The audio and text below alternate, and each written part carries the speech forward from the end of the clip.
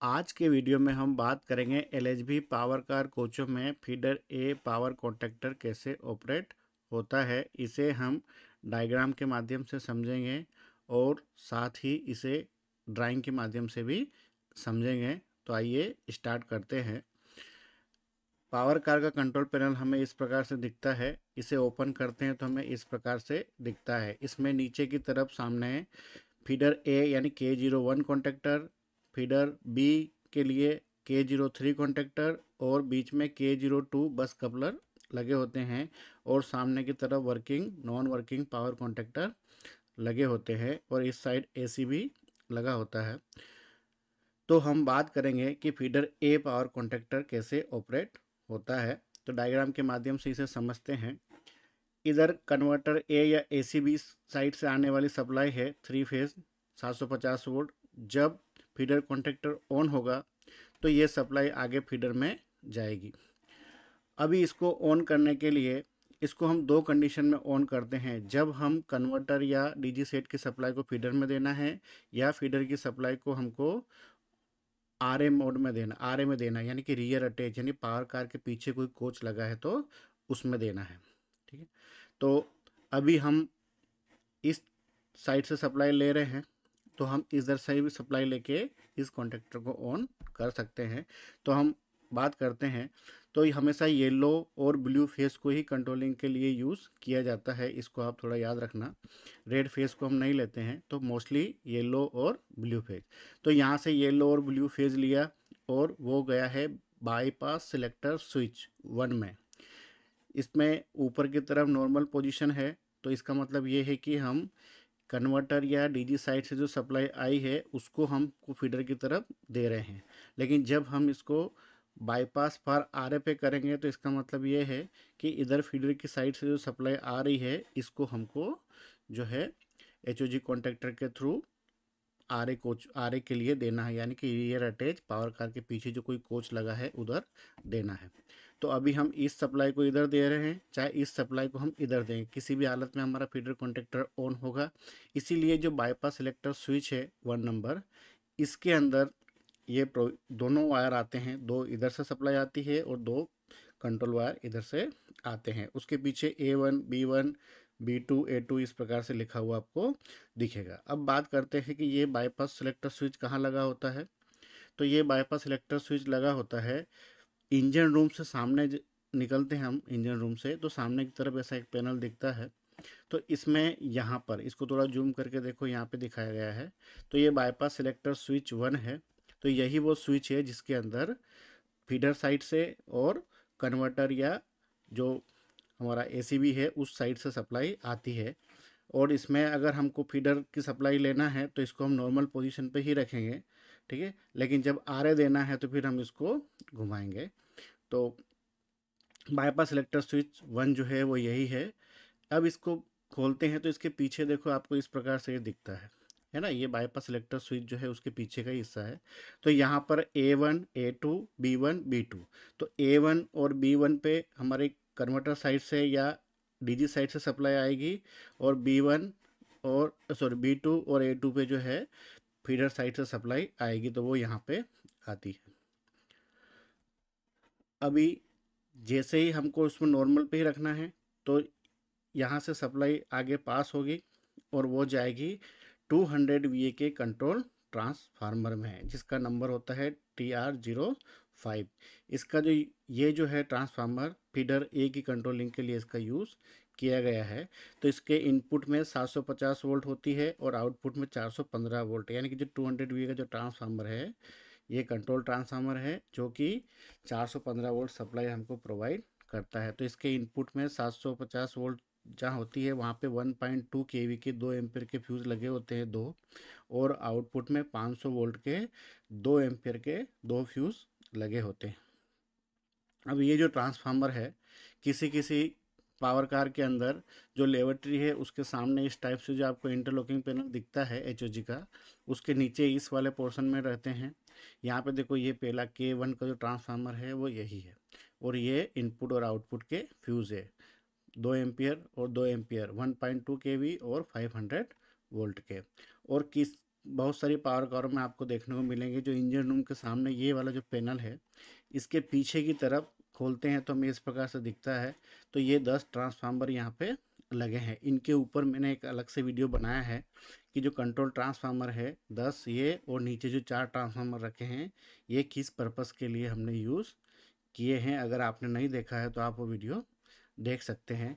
तो इसको first row में ही लगे होते हैं, तो इसको थोड़ा जूम करते हैं तो वो हमको इस प्रकार से दिखता है। देखो ये यहाँ पे ट्रांसफार्मर 5 है और K01 के लिए ये कंट्रोल सप्लाई देते हैं।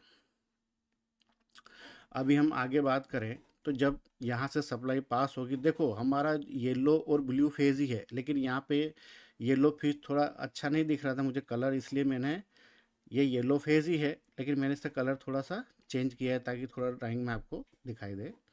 तो यहाँ पे जो सप्लाई आउट होगी तो वो जाएगी, सबसे पहले हम A2 के बारे में बात करते हैं। तो जो ब्लू फेज है वो जाएगा और यहाँ से सीधा फीडर A कॉन्टेक्टर का A2 बनेगा।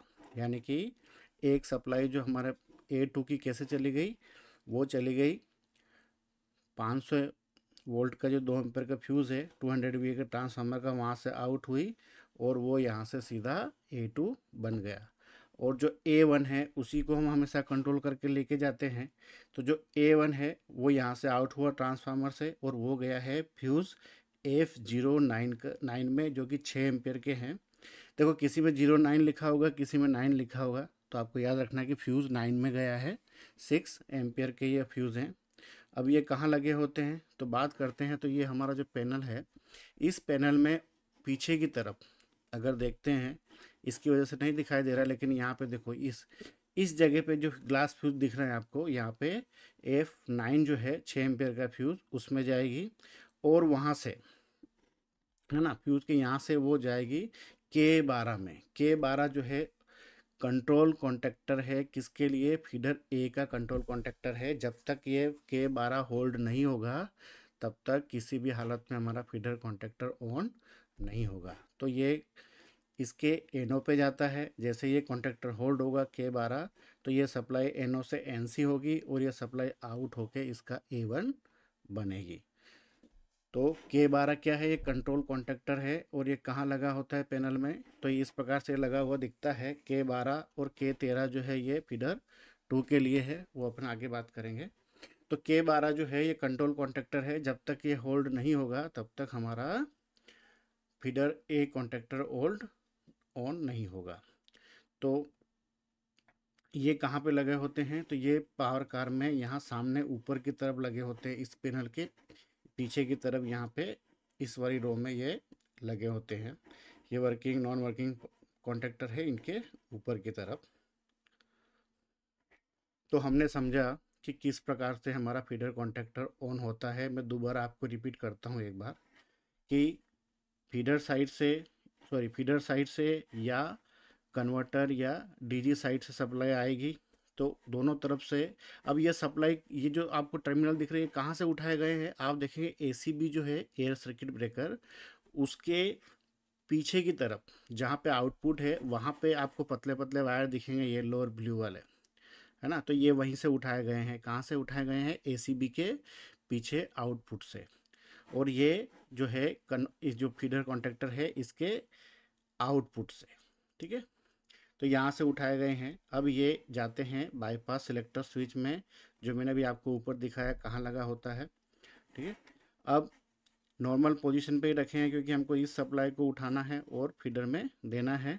तो ये सप्लाई इधर देना है तो हम इसको नॉर्मल पे रखेंगे, और जब इधर की सप्लाई को इधर देना है फीडर की तरफ से RA में, तो हम इसको बाईपास मोड पे करेंगे। लेकिन अभी नॉर्मल पे रखेंगे तो ये यहाँ से सप्लाई आउट होगी और वो सप्लाई जो है ट्रांसफार्मर में जाएगी 200 VA के। वहाँ से एक फेज़ निकला और वो जाएगा A2 में फीडर A के, और जो दूसरा फेज़ जो है वो फ्यूज़ के थ्रू आउट हुआ और वो जाएगा कंट्रोल फ्यूज़ F09 6 एम्पीयर का जो है, कहाँ लगा है मैंने आपको दिखाया, वहाँ उसमें जाएगा। और वहाँ से K12 जो कॉन्टेक्टर है कंट्रोल कॉन्टेक्टर फीडर A के लिए, उसके NO पे जाएगा। उसके NO पे 13 नंबर पे इंटर करेगा और 14 नंबर से आउट होगा। तो वो यहाँ से जाएगा और वो इसका A1 बनेगा। लेकिन कब, जब हमारा K12 कॉन्टेक्टर होल्ड होगा। तो हमने फीडर ए कॉन्टेक्टर कैसे होल्ड होता है वो समझा। अब इसे हम थोड़ा ड्राइंग के माध्यम से देखते हैं। तो देखो, ये कन्वर्टर साइड से सप्लाई है या डीजी साइड से सप्लाई है और ये फीडर साइड से सप्लाई है। यहाँ से देखो येलो और ब्लू फेज उठाए हैं और यहाँ से भी येलो और ब्लू फेज उठाए और कहाँ दिया है, बाईपास सिलेक्टर स्विच 1 में दिया है। ये A1 और ये B1 ये नॉर्मली लगा होता है, लेकिन जब हमको बाईपास करना है तो ये A2 और B2 पर लग जाएगा, ठीक है। और ये सप्लाई आउट होगी, ये जाएगी ट्रांसफार्मर में। ट्रांसफार्मर में इनपुट में 2 फ्यूज़ है 1.2 kV के और आउटपुट में फिर 2 फ्यूज़ है 500 वोल्ट के 2 एम्पेयर के और इसका नंबर है TR5 जो कि कैपेसिटी है 200 VA। यहाँ से आउट होगा तो सबसे पहले इसकी बात करें तो ये जाएगा, इसके ये जो S2K01 है इसके A2 पे सीधा ही चला जाएगा और ये कंट्रोल होके जाएगा। तो ये F9 6 एम्पेयर का फ्यूज़ है, यहाँ से जाएगा वो S2K12 जो भी हमने देखा कंट्रोल कॉन्टेक्टर है उसमें जाएगा और उसके एनो में जाएगा, ठीक है। जब तक ये कॉन्टेक्टर होल्ड नहीं होगा, अगर ये जैसे ये होल्ड होगा तो ये एनो NC बनेगा और ये सप्लाई आगे पास होगी और इसका A1 बनेगा। तो हमने देखा कि किस प्रकार से फीडर कॉन्टेक्टर ऑन होता है। अब जब तक ये K12 कॉन्टेक्टर होल्ड नहीं होगा तब तक हमारा फीडर कॉन्टेक्टर नहीं लगेगा। तो मेन हमको यही समझना है कि हमारा जो फीडर कॉन्टेक्टर है ये कैसे ऑन होता है, sorry by feeder control contactor जो K12 है ये कैसे ऑन होता है, हमको मेन इसी का सर्किट समझना है। तो देखो यहाँ पे इसी के ऑन कराने के लिए रास्ते में देखो फीडर ओवरलोड डिले, फीडर अर्थ लीकेज डिले है ना, और सेफ्टी लूप जो होता है वो सब इसी सर्किट में लगा होता है। तो जब तक ये ओके होगा उसके बाद ही K12 ऑन होगा और K12 ऑन होगा तो वो NC सप्लाई को करेगा और फीडर ए कॉन्टेक्टर हमारा ऑन होगा। तो जो नेक्स्ट वीडियो आएगा इसके बाद हम K12 का कैसे ऑपरेट होता है उसी के बारे में बात करेंगे, जो कंट्रोल कॉन्टेक्टर के बारे में फीडर ए के। तो अगला वीडियो हम इसी पे बात करेंगे। आपको वीडियो कैसा लगा, पसंद आया हो तो लाइक करें, सब्सक्राइब करें। मिलते हैं अगले वीडियो में। धन्यवाद।